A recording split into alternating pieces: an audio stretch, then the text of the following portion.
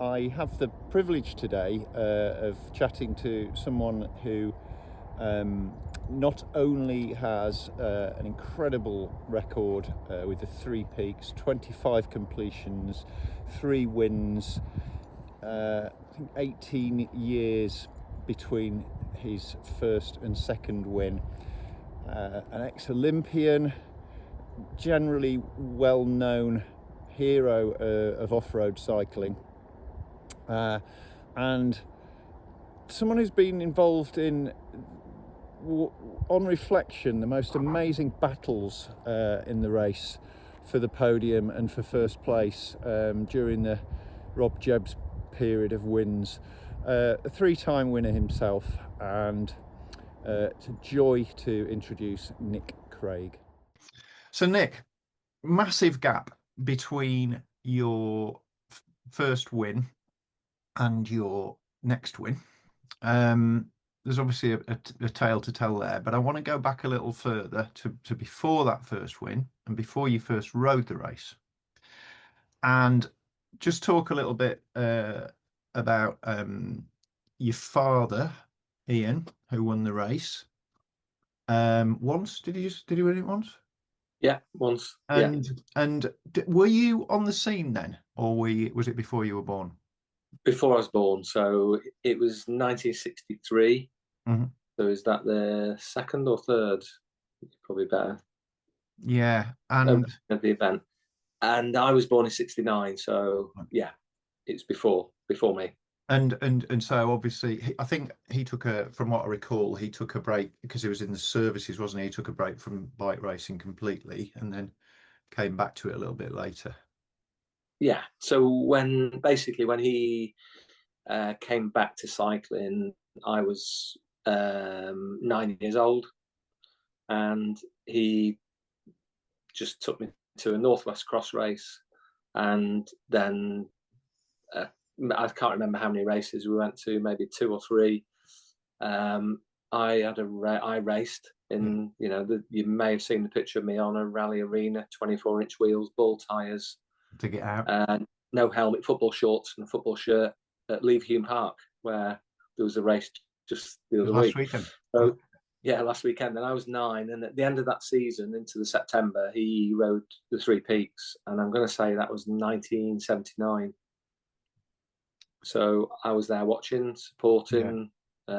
It started in Horton in the field. And every time I go through Horton now, I always look into that field and see the toilet block or the building that was the changing rooms and the football goals. And I can remember the race starting on that field. And, it was a much shorter race then, in distance, not in time. Yeah, in distance. And so a lot of people watching this won't really know much about the old course. And I touched on it a little bit with Dean. And of course, you rode the 3 Peaks on the course prior to this, before we came down to Cold Coats.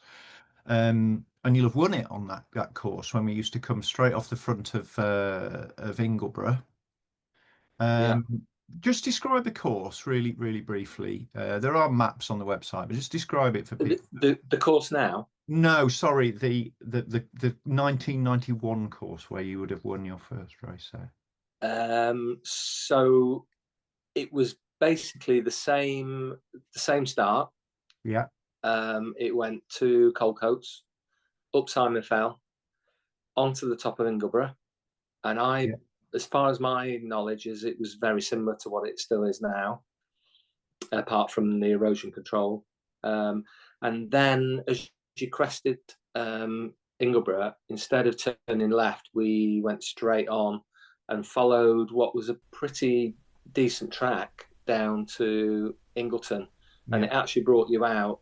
I can see the lane every time when I'm racing it. I always see the lane that came in from the right. So just as it kicks up steep, you would join that road there. So it would have cut off a fair chunk of that road section. And then you would head to Chapel of Dale, the same as the course now. You would turn into Chapel of Dale, and there was no steps and no. There may have been some sort of wooden sort of slabs of old, I think there might have been old railway sleepers and stuff in places, but it was generally a peat bog, climbing in and out of peat bogs, going up the face of Whernside. We used to get to the top of Whernside and then turn around and come back down the same way. Wow. Then turn toward Ribblehead, down to Pen-y-ghent, and then it was basically up and down Pen-y-ghent. And the only main difference is nothing's changed on Pen-y-ghent Lane, but when you turn right off Pen-y-ghent Lane, from there to the top of Pen-y-ghent, you did used to go straight up and back down. It was all peat bog, and that lower part to the right hand corner was literally climbing in and out of peat bogs. So there's no high speed gravel. There was certainly you certainly won't be riding it on file treads. Yeah, and interestingly, I think I know the descent of Inglebury talking about, because I've walked it and run it a few times from Ingleton. It's actually broadly similar to what the Pen-y-ghent descent is like nowadays, really, because you've got the walled lane at the bottom, you've got some very, some quite fast little stretches on that, haven't you? But yeah, I wouldn't think the course could have been classed as any faster, even though it was shorter, because of the so much unrideable stuff, and even on the flat. Yeah, some of those bogs were hideous. So my first ride was 95, and I remember the particularly around Bleemore, the descent of Whernside. It was sketchy. There wasn't half the kind of hard surface on the paths that there is nowadays, and yeah, you're on and off these boards that they put there to try and prevent erosion and things. It was great. I mean, but it made it exciting, and even then, it was probably worth a recce, to get to know the course, wasn't it? So in that early part, for me, I first did the Three Peaks when I was 16. So I'm 56 now, so that's 40 years ago. And I rode it when I was 16, 17, 18, 19, 20. And it was each year, I can't really remember my positions, but my dad was racing it as well. My dad would definitely beat me. And in that sort of maybe the one year I really did not do a great ride. I went away to Spain with my mates on a holiday, and the only exercise I did was lifting pints of lager into my mouth and then possibly trotting down the edge of the beach for maybe a mile, and I came back with the best tan lines, and I was like, yeah, I feel great, and I actually went really bad, and that was probably when I was about 17 or 18, so maybe my third year. And then things were getting a bit more serious for me. Mountain biking had come along, and I got this opportunity to turn professional, and Simon Burney took a punt on me. And one of the things, obviously, Simon Burney's got great history with the Three Peaks, obviously, himself, and then Tim Gould and Fred, and it's all Simon's passion as well. And he one of the things he asked me to do in the first year of me being professional, I was finding things really difficult. The races were like marathons, and I was just really run down and tired. I was only 20, 21. And one of the things that year, Simon asked me, he basically said, this is your job, and what your job is, in 6 weeks' time, I want you to try to do your best to win the Three Peaks. So he said, that's what I'm tasking you with. And yes, you probably are going to go to the mountain bike world champs in Italy.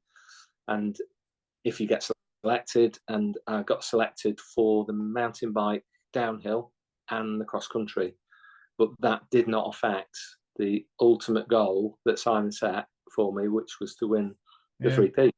Wow, I never realised it was kind of targeted like that and taken that seriously, really, because I don't think any really good, promising cyclists these days would be tasked, certainly by their manager or coach, to do anything like that with the Three Peaks. It's just like something that gets in the way, I feel, for a lot of good riders now. Yeah, and in those days, of course, I can't even remember if you were or weren't allowed to recce it officially. It wasn't an issue. It wasn't something that was really talked about, because there weren't that many people that would do that. So I did go and recce it, and that meant the only real way to do it was me and Sarah we weren't married then. It was a couple of years before we got married, but we went and camped we borrowed a tent and went and camped in Dent, and I did the 3 peaks over 2 days, and I recce'd all of it. Sorry if that upset the farmer and Simon Fell, but I don't even think I think I got away with it. But it was 1991, and it wasn't an issue. So we put that effort in, and that was part of when you've done it and you know where you're going and you know what you're going to do. It was a real interesting run up to that race though, because Richard Thackeray was a junior, and his parents were, he was being told he was going to win it. He'd been also picked for the World Championships, the junior cross country world champs in Il Ciocco in Italy. He was a Yorkshireman as well, so yeah, and they literally, I can remember having a conversation with his parents, and as a junior, I saw he was Richard is an amazing, talented bike rider, and he could have easily medalled at that World Championship. And I can remember the banter, and they're going, "Oh, you don't want it." I was saying, "I've set my stall out. I'm gonna try and win this." And he was like, "Yeah, but Richard as a junior is going to do the 3 peaks, and it's only 3 days before the World Championships in Il Ciocco." And I was going, "I think you're crazy." And "Oh, you don't want him to beat you." So we both did it, and I did win it, and that was it really. That was obviously on the last Sunday in September, like the 3 peaks as always. And my dad saw me win it. It was a great feeling. My dad wasn't too well, and Sarah actually drove. I went straight from the 3 peaks to the airport. I went straight to Manchester Airport. I think Simon Burney or somebody took me there. I can't remember. And Sarah took my dad home. Yeah. And I raced on Wednesday. I raced. Travel Sunday, Monday, recce'd the downhill on Tuesday, raced the downhill Wednesday, and then it was a cross country on Saturday or Sunday. So it was a big week. But the main thing was I'd won the 3 peaks, and I can remember thinking, that's taken 5 years.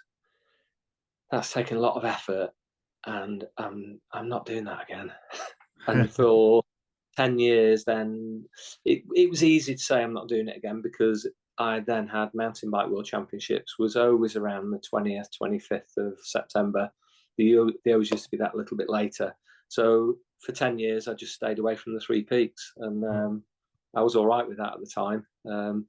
However, it's not like it's not like you were devoid of goals or anything. It's I think a few people sort of talk about the 3 peaks as a good way of setting you up for the start of the cross season in many ways, and particularly if you're young, you do recover and come out of it with some good form. But if you're racing mountain bikes all summer and then going to the World, you're going to be in good shape anyway, aren't you?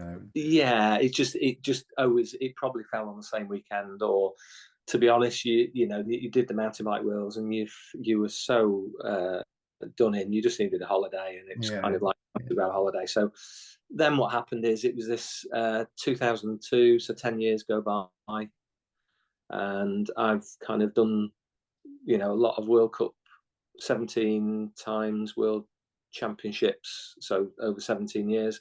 Wow. 2 of them downhill as well, so then 17 cross country. And then I think what happened then is that sort of spark for 3 peaks just was in the back of my head. And at the time, Dave Loughran was helping me out, and he thought it'd be a great idea to build a specific bike for 3 peaks. So that happened, and I came back to 3 peaks. But it was really funny then, because the then winner was Rob Jebb, and he was like, Rob Jebb's winning everything, and he's got no idea what sort of challenge I'm going to bring to the event. So it was quite an interesting few years where I was probably physically, overall physically on the bike stronger than him, and he was definitely stronger running, as you know. Yeah. But I came very close with a lot of flat tires, so I can remember puncturing and stopping, and and I always finish. Maybe I'd have 3 or 4 punches, and he'd run down the stuff I was trying to ride down, and I was riding tubs at the time, and it would be 70 psi in the tubs or 65, and one thing after another, and I often finished within a minute or 2 of him. So I finished second about 6 times, I think. You did, yeah. And I was looking at the finish times, and and how close. And I also spoke to Rob about the times that you pushed him. But it's an interesting race, because I was kind of wanting one of those stories about how close things were coming down into Horton, and Rob looking over his shoulder all the time. They never really happened by all accounts. I think he always got down into Horton in Ribblesdale knowing he had a good enough gap, even if it was a small one. Yeah. When he won it anyway. But yeah, and then things kind of, there was a really good bit of banter around that 2002 me coming back, and it was mainly stirred by Fred Salmon, 3 times winner. Yeah. A good friend of mine. We went to the same primary school. I knew Fred I probably knew Fred from the age of 4 or 5. I was 4 years older than me, and he was a rum guy, a rum kid. And Fred was never from a cycling background, really, and he just worked his way out how to do. It's because he broke his leg. He was on a Honda. This is hilarious, really. It's not funny, but the reason he started cycling is because he was on Marsh Lane, which is a lane between here and Whaley Bridge, and he was on his Honda step through, which had broken down. He was bent over his bike, and he had somebody hit him, and he had a horrendous break to his ankle and his leg. And the only reason Fred started cycling is because in the hospital he was stuck there for months, and he just had to start doing leg raises. And I think someone suggested that he should ride a bike to make his leg stronger. So wow. Fred has a horrendous break on his ankle. It's a massive lump on it, and he just was so determined to get his leg, get walking again, and he got into cycling. So he's definitely a character. But he retired. He'd won it 3 times and retired from it. We were teammates, and there's a lot of stories around Simon Burney and Fred and me and Tim Gould, Julian Gould, and just all the banter that we had. But what Fred's humour was to basically wind up the fell running crowd by going on to him, and Neil Coverley decided that they'd go on to the forums, and they noticed there was a bit of Dave Loughran and that. They were stirring things a little bit and saying, Fred would go on these forums because everyone's saying, well, Rob always wins 3 peaks, and this cyclist will never, this Nick Craig won't beat Rob Jebb. There's no chance. So Fred starts, winding him up, saying, well, Fred's just going to kick his ass. Rob's got no chance. So Neil Coverley likes taking photographs, and he takes he's got a decent camera. So they would go up and have a run around the 3 peaks, and Fred decided that he would wind up the fell runners by saying to them that if Rob Jebb isn't beaten by Nick Craig, I'll show my arse at Ribblehead Viaduct. So, not knowing, all the fell runners go, oh, never, no chance, and all the rest of it. Well, what had happened is Fred dropped his shorts, and Neil, with his DLSR, took a nice panoramic long shot of Fred's arse in the middle of Ribblehead Viaduct, and they already had the picture ready just in case I didn't win. So Fred was winding me up, going, I really needed to win this. He kept going on and on about it. Well, sure enough, my first comeback, Rob won, and I came second. I think it might have even been, I think Rob might have got the record that day. I might have pushed him really hard. He did 2:52 or something. Yeah, it's a long 2:52. Yeah. Yeah. So that evening on the Sunday night, Neil, I don't know if it's Neil or Fred, but it got uploaded onto the 3 Peaks website a photograph. It went on at about 11:30, 11:45, and it was Fred's house in Ribblehead Viaduct, and whoever was the administrator of that site woke up on Monday morning and had to take down this horrendous picture of Fred's hairy ass. Brilliant. And yeah, so Fred was, I remember kind of getting into mountain biking and cross. I was quite a late entrant, really. I didn't do it as a schoolboy, but I do remember Fred and you and that whole team, really, that Peugeot kind of team that was going on with Tim Gould. And I think it's interesting because that was a sort of a mini media era, because we had the mountain bike show came to TV, if you remember, that showed the British mountain bike series.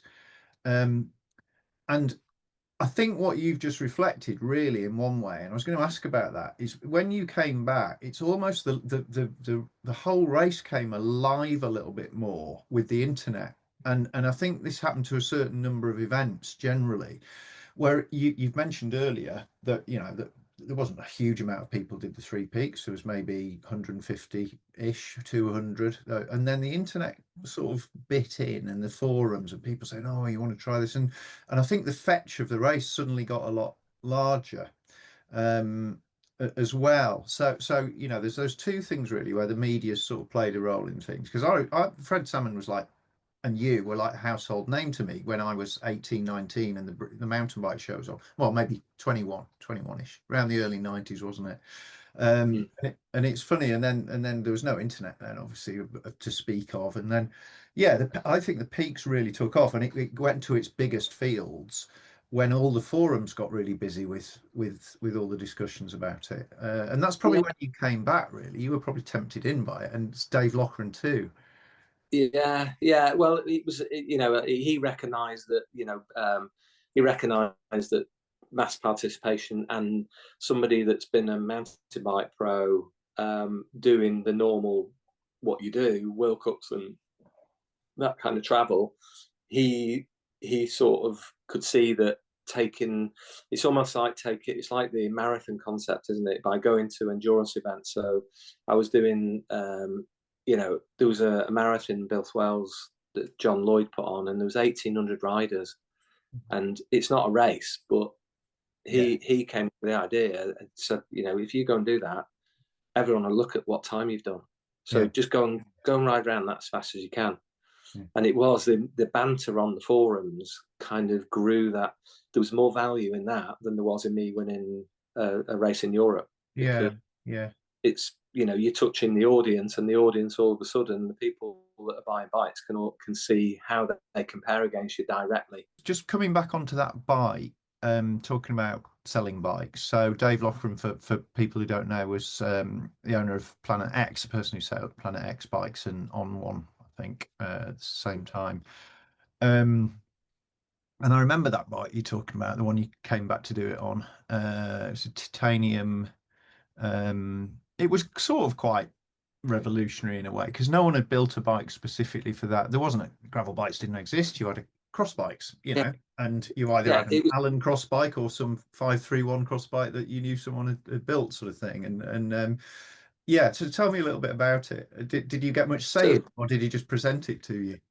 No, we Brant Richards and myself sat down in the garden at our old house, and we drank a few beers and talked about what the bike would be like. So one of the things, I've got really short a femur.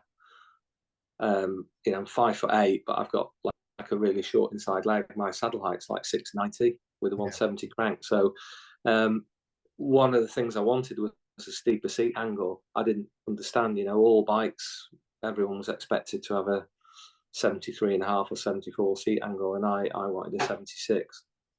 So we made it steeper, and we made it quite long, so I could run a shorter stem, and it was quite relaxed.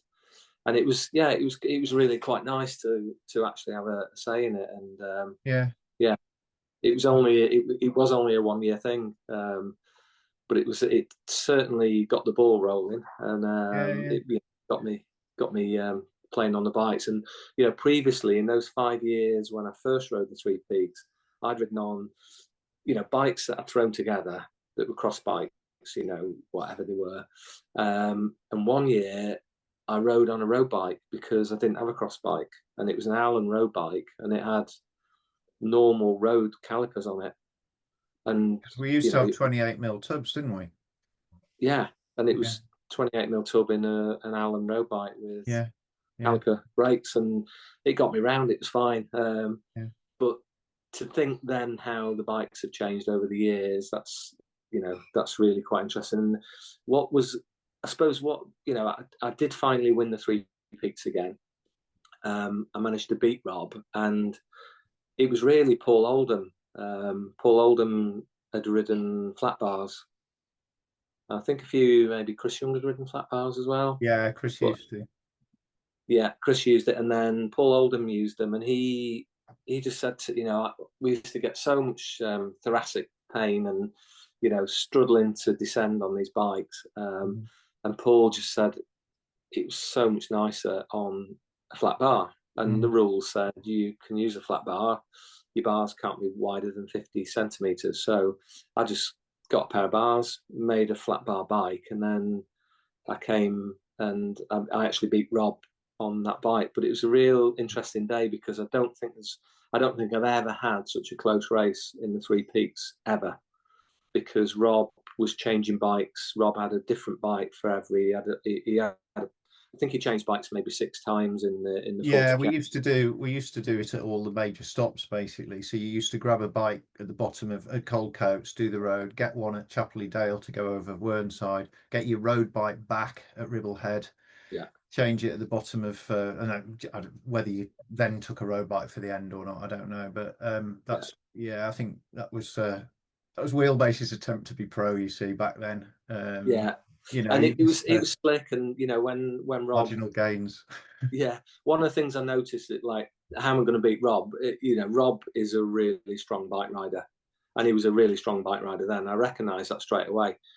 I can probably maybe on the road sections on the bikes, I was definitely no better than him. I was probably slightly slower than Rob on those road sections. So the real bit where I would make a difference is up Pen-y-Ghent riding, and more the mountain bike style and the steeper stuff that's rideable, where he would be, the sort of end of the race.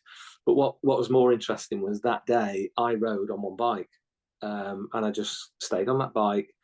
And Rob did his usual. He ran off going up Simon Fell, and I had to leave him to it. And I was pretty quick down to Coldcoats, and then the whole thing went along.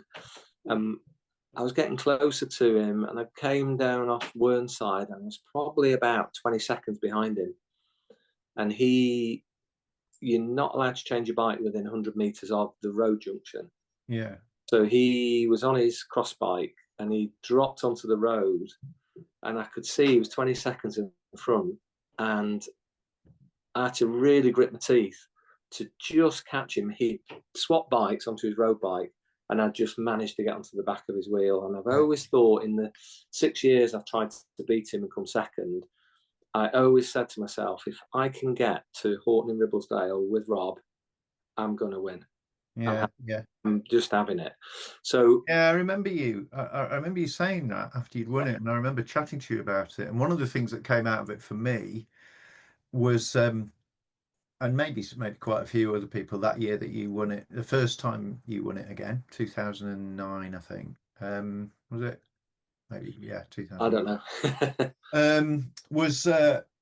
I said, I'm going to put flat bars on next year. I don't, sod it. I think it's the way to go. And then that was the year they said you can't have them anymore. So I never got to go on them.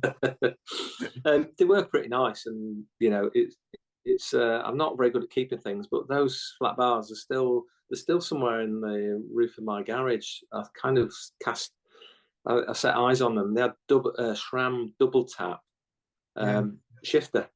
Which is like for a flat bar, and it was like a real unusual. And I misremembered it actually. I thought for a while, because you get your years mixed up, that you had ridden flat bars because we didn't have any hydraulic disc shifters for drop bars in those days, but you actually rode flat bars and and Canties, didn't you, on that bike? I remember it now. I remember seeing a photo earlier this year. Yes, I did, yeah. Yeah. But it was quite interesting because at that point when I just locked on to Rob, and I said, I just kind of looked at him and said, this is going to be interesting. And he just looked at me and said, for you it is. Kind of like, and I was like, oh, okay, he's already given in. So that was me, you know me, I'm a racer, and I'm like, I'm always working people out. So we rode together towards Horton, and we both just pushed. Neither of us did anything too hard, and I was just waiting for that moment to get to the climb and go as hard as I could. Yeah. And sure enough, I just went flat out, and I did enough to negate Rob's running at the top, and it meant that we crested the top together. So I dropped him, he caught me back up when it got to the run-in, and we basically went over the top. No, he actually dropped me over the top. He was away over the top of Penigent, and I put those drop handlebar, the flat bars to use down the left-hand tight corner. Caught him as we hit Penigent Lane, and I'd gone pretty quick down there, so he maybe had a minute on me or something as we crested Penigent. And I caught him on Penigent Lane, and I was like, this is going to be crazy down here now, and I've got really nothing to lose. I've been second 6 times. I kind of decided that I'm just going to let this go now. I'm going to go flat out. The worst that can happen is a puncture, probably, you know. Yeah, and you know, it could happen to him as well. But what was really interesting is, I don't know if you remember, as you start the descent of Penigent Lane, you go around a couple of corners and it's quite flat, and then it starts to drop. Yeah. And then it steepens, and as it steepens, you got that little rough bit there. Yeah, it's quite smooth now. But it used to be really quite rough. And I was in the lead, and I left it till the very, very last minute, just as we're approaching that bit, and I slammed the brakes on and turned sharp right up the banking. And there's a little path. It's not really very good anymore, that trod, but it used to be there. Yeah. It's not needed now. But Rob, I did it late enough so Rob couldn't. He didn't follow me. He went down to the bit. He might have even had to run it, and I kind of went up the banking, and there was a family sat having a picnic, and I literally they pulled the picnic rug and grabbed hold of the kids, and I went straight over, and you follow, there's a trod on the right hand side, and I literally never looked over my shoulders, and I think I had about 15 or 20 second lead at that point, and I just let it go to the bottom, and all the way back on that road and over that horrendous drag. The fourth peak. The fourth peak. Rob he didn't give up. No. And he was there, and I crested the bridge to turn right to the finish, and I won that race by 15 seconds. And every time Rob swapped bikes, he probably lost 15 seconds, but he had the gain of the road bike or whatever. So I think that was probably one of the best. That was one of the best ones. But it makes that rivalry, and these stories are fantastic, because I heard Rob's perspective on a few of his wins, and you know the time beat. But Rob's main takeaway from it all was that the fastest times were done on an alloy bike with cantilevers. But what he neglected to tell me was the fact that it was several alloy bikes. And and Rob did used to have, I'm not saying I didn't have support. I was within the rules, and it's your choice really to have one bike. I always had a spare bike, and what I realised was when the times when you're allowed to have spare bikes, I realised that you would fly down Ingleborough, and the way that Jebby and even Paul Oldham and those guys that really got this dialed, they knew that they were swapping bikes regardless. So when they do the changeover zone and the dibbing zone, they were swapping bikes, so it didn't matter if they punctured. So they would go flat out. And I got there when I was racing Rob. I can remember swapping a back wheel to stay on the same bike. So I kind of wasn't, I wasn't using, it's my choice, but I always had a spare bike. Sarah, there was always a bike there if I really needed it, and there was always a pair of wheels there. But it just, it definitely, it's changed. It's definitely changed, and it's now a little bit.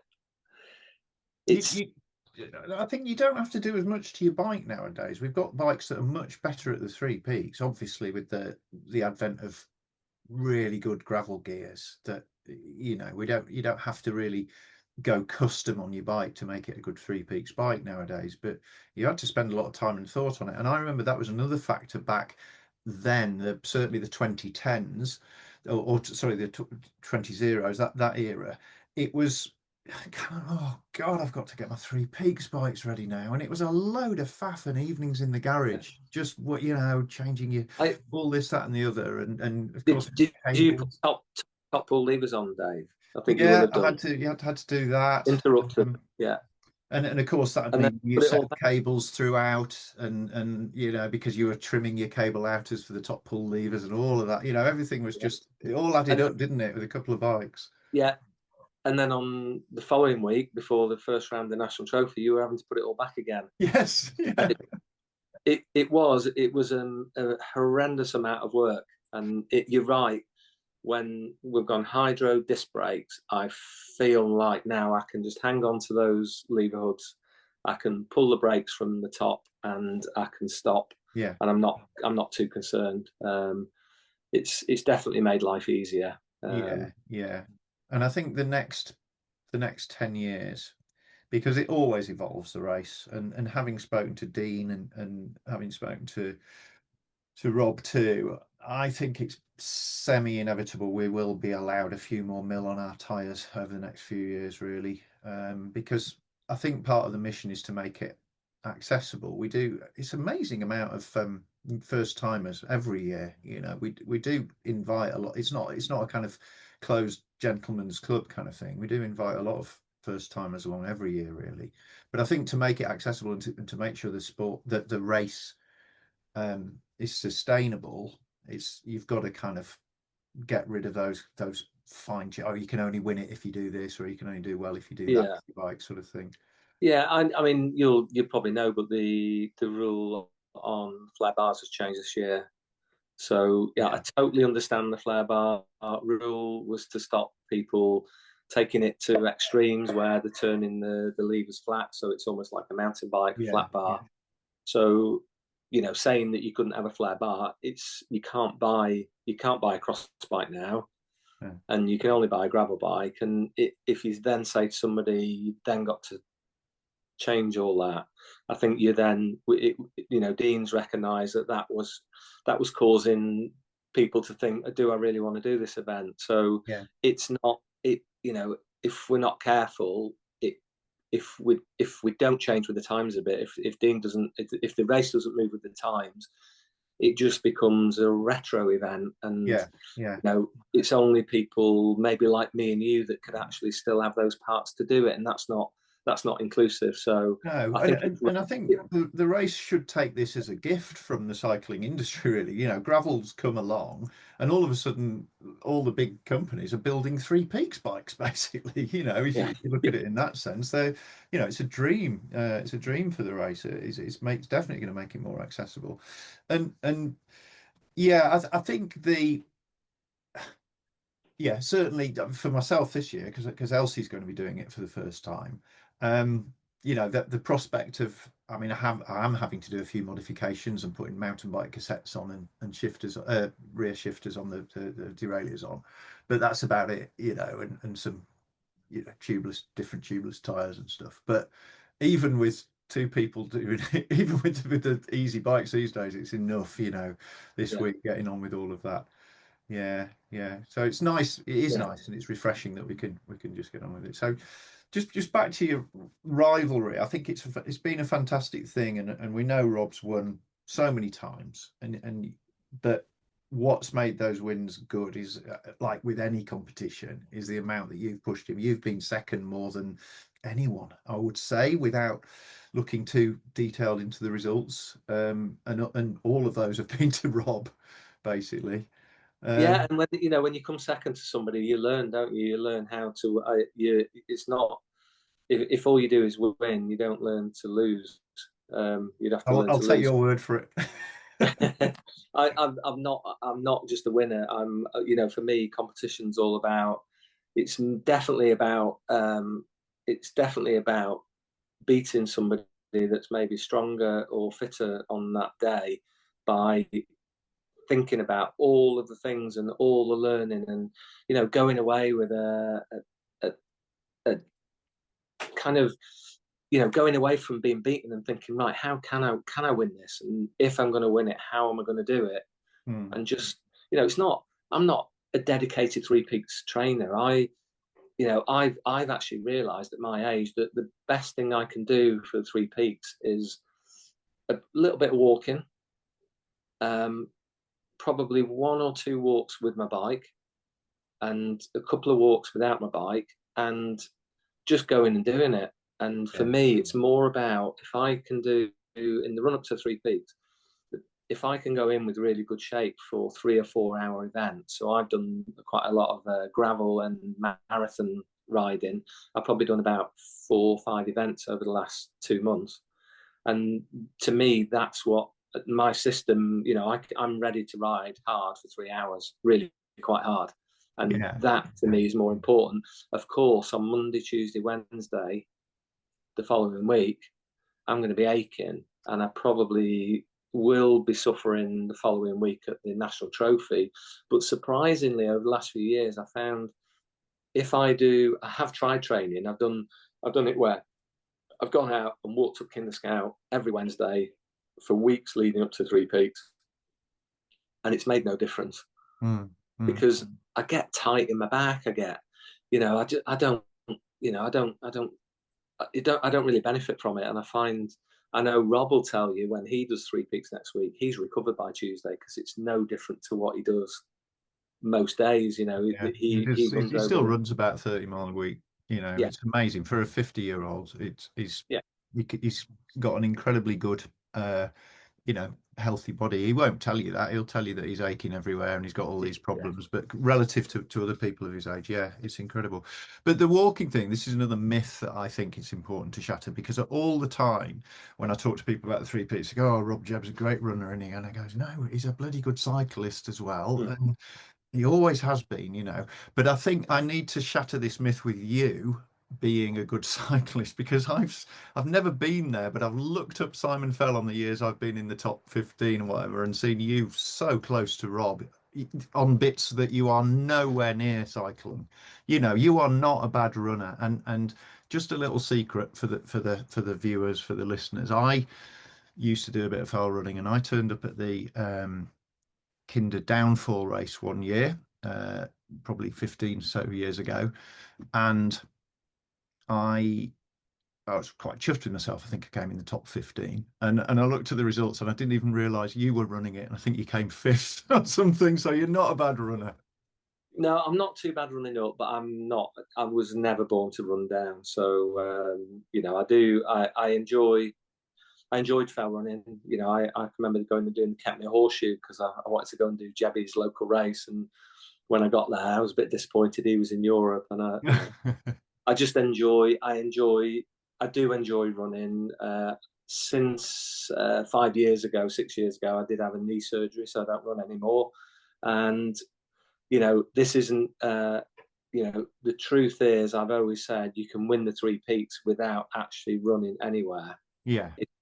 It's power walking. If you can set a rhythm of power walking up Simon Fell, it's the same muscle as strength for cycling.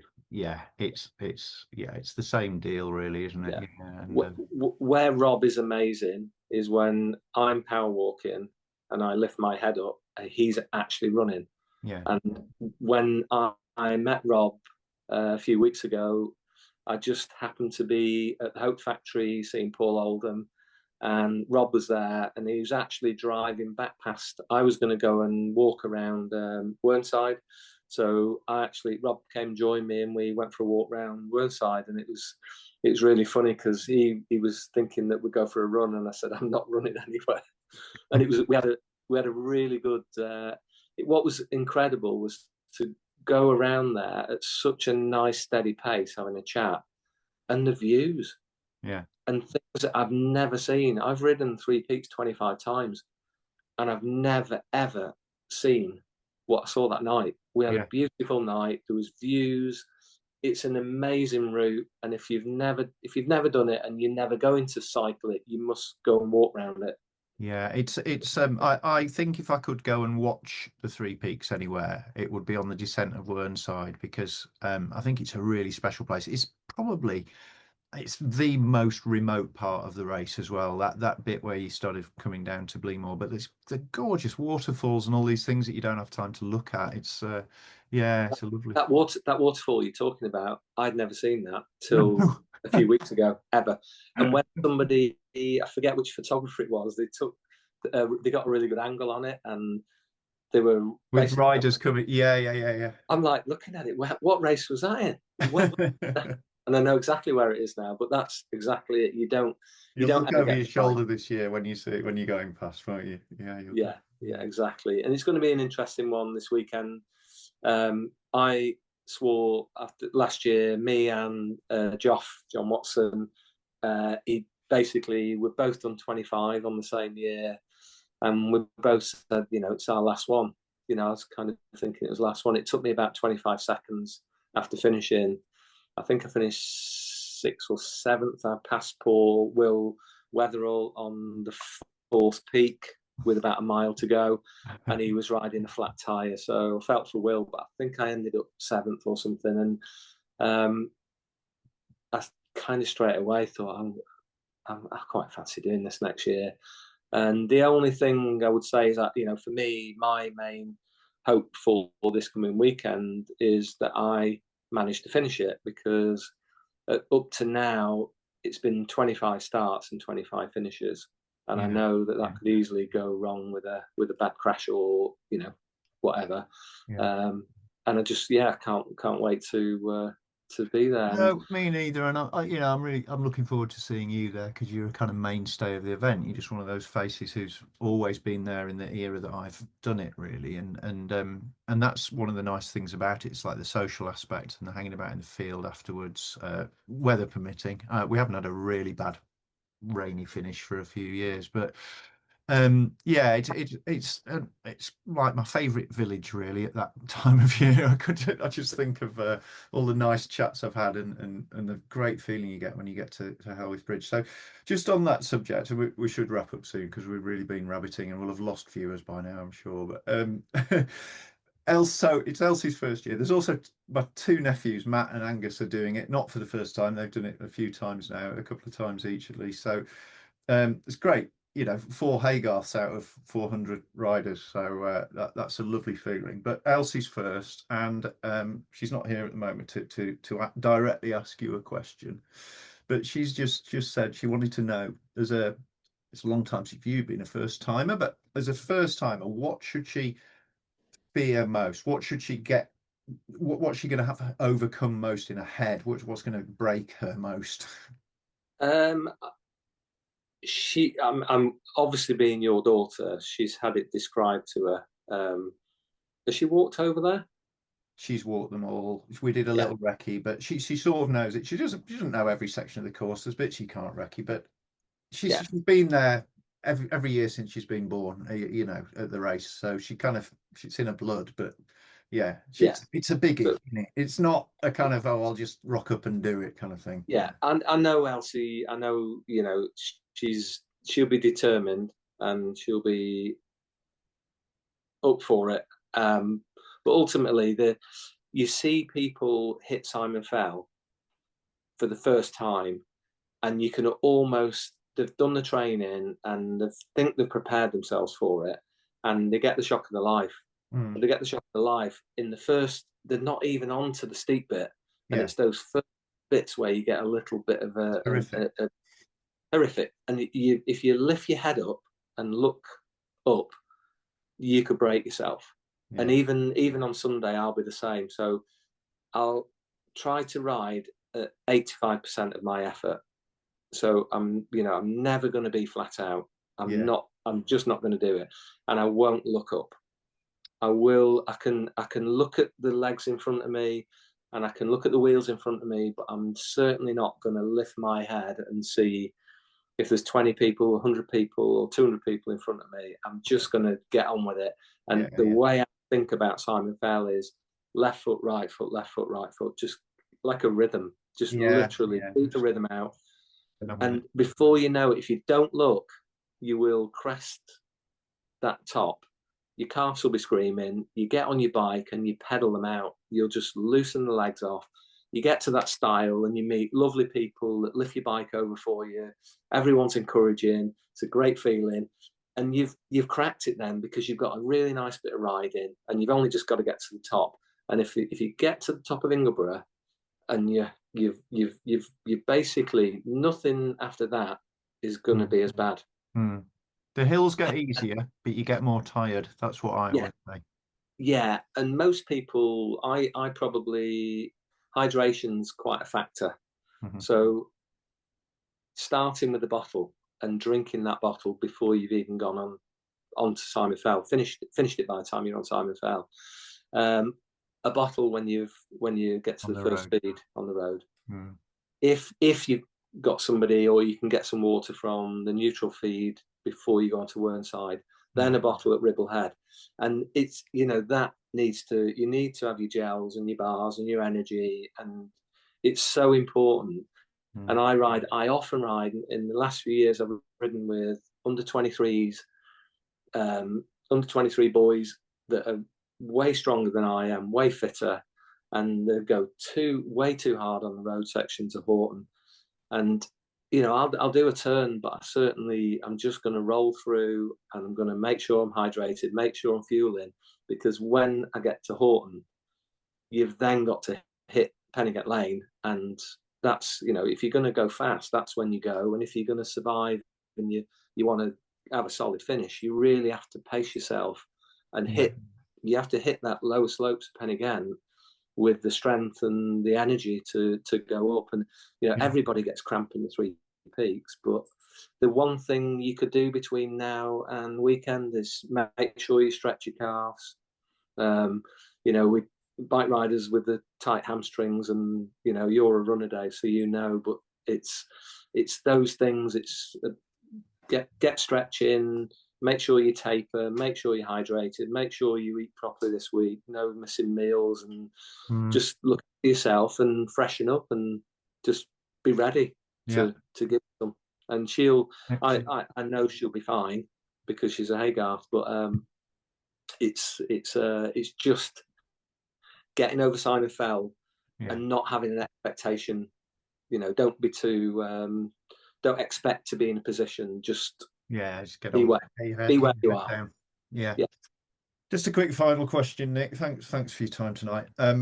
If you do decide you're not going to do it again, will you support Sarah in it? Yes. Yeah. She's actually just disappeared at that point. She has thought about it. She's definitely thought about it, and it could be something.